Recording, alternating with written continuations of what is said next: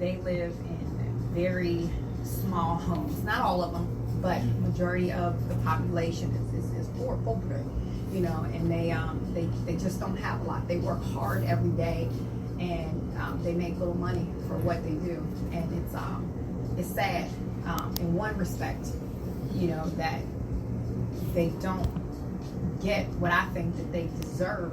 But the other part of it is that they're very we attended one night, or I should say that they actually hosted in honor of us at one of the hotels we stayed at. And they loved Drake. Drizzy Drake? What? Drizzy Drake. And in Cuba? No, this was in Costa Rica. Oh, Costa Rica. So I apologize. And I mean, they listen to a lot of the same music that we do, but of course, you know, they have their music as well. A lot of different Spanish.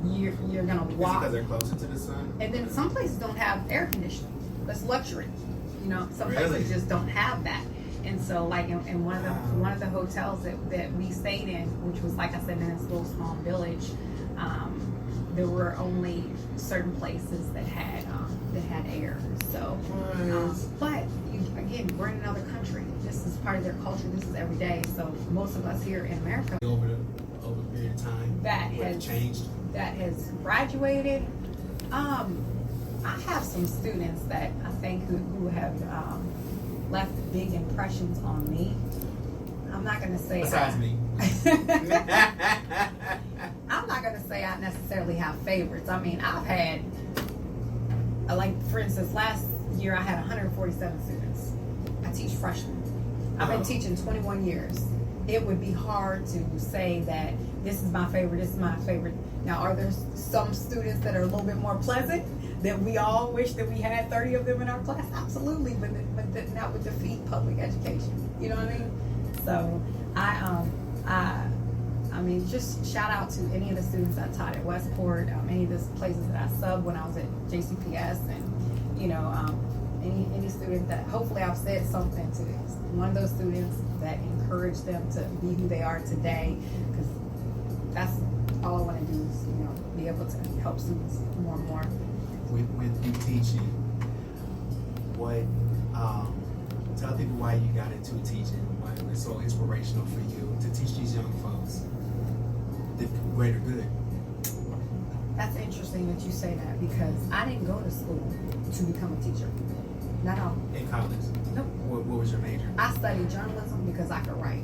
Okay. I studied journalism because it was an easy A for me.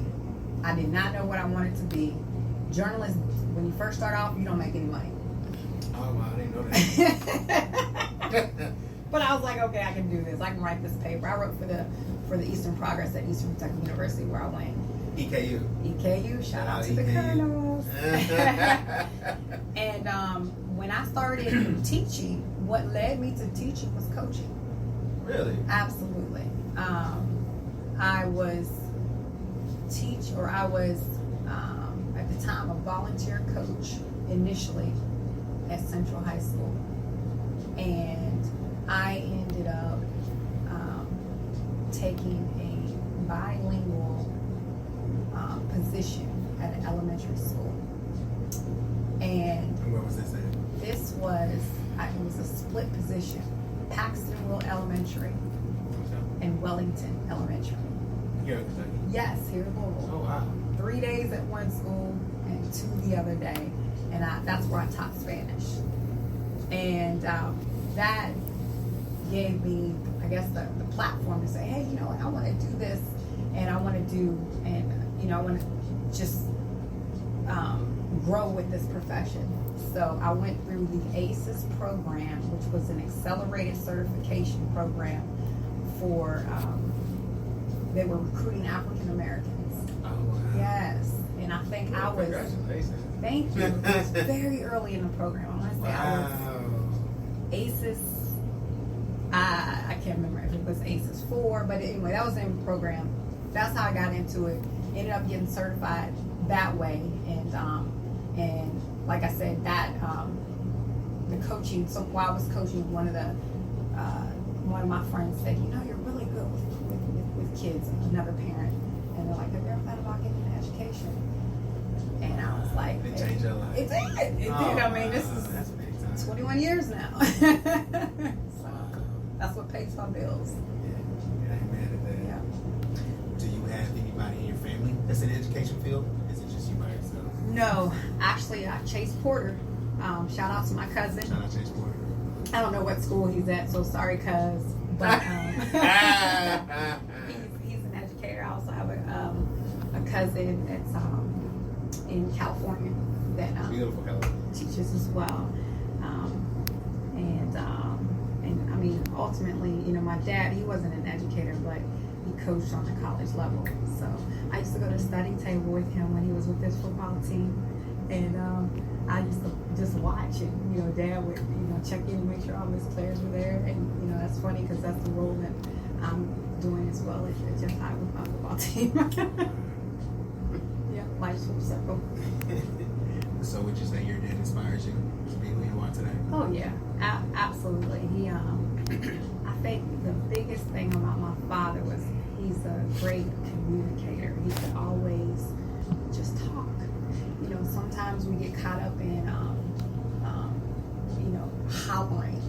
And I know a lot of African American families when they bring their voice level up here. You know, as a mom, and sometimes I have to catch myself. With my little girl, I'm like, okay, just talk. Just talk. You know, so my father, I would say that he taught me how to communicate well and just be able to talk and kind of soothe situations. Yeah. That's very good. Very good. Is your father in your life? You know what I'm saying? Yes. It's very good. Yes. That he was there for you, taught you how to become the woman that you are today. Yes, absolutely. Very, very inspiring. Thank you. Thank you. I can't leave my mom out though. Yeah. Shout out Mama too. Yeah. Can't leave Mama Cherie Hurd out. On the flip side, my mom, she keeps it 100. Okay. Cherie Hurd, that's her name. Hey. Hey, Mama. And I'll tell you this, how did the kids say it today? She's 100. She doesn't sugarcoat anything. She's going to keep it. You'll never have to question what she's thinking because she's going to tell you. And it ain't going to be pretty. You either love her or you hate her. But I think she has helped me just continue to be disciplined and, you know, speak my mind. Now, I use different words than my mama does, but yeah. So shout out to my mom. Hey, shout out Mama. Okay, before I wrap things up, is there any impressions or anything that you want to get to the people? Motivational, encouragement? Yeah, I have a couple of things. Sure, go ahead. Take your time. I love fitness, so I'll speak on that first, and then I'll say something. Sweat. Yes. People have an opportunity to be motivated for the good or for the bad. So one of the mottos that I use is let your reflection be your motivation. So when you look at yourself in the mirror, if you don't like what you see, that person staring back at you, you can change it. But it's all on you. If you like what you see when you look in the mirror, keep doing what you're doing, because clearly you're doing something right. So that's my fitness tip, okay? And then as far as to my students and my athletes, I just love you guys I get all teary-eyed, so I'm sorry. Fine, go ahead. So I had my daughter when I was 40. Okay. Never thought I'd have kids, and I know that God gave me my students and my athletes to prepare me for the mother that I am today. So I love you guys. In some way, I hope I've touched your lives, and I hope it was for the positive, for the better. I know there's been quite a few times where we may have had run-ins, but God makes no mistakes, and hopefully you learned something from that as well as I. So thank you for helping me be who I am today. That's it. And I thank you. Thank you for coming on Power 106. Thank you for coming on Power 106. Smart Money Radio. Really appreciate you, y'all.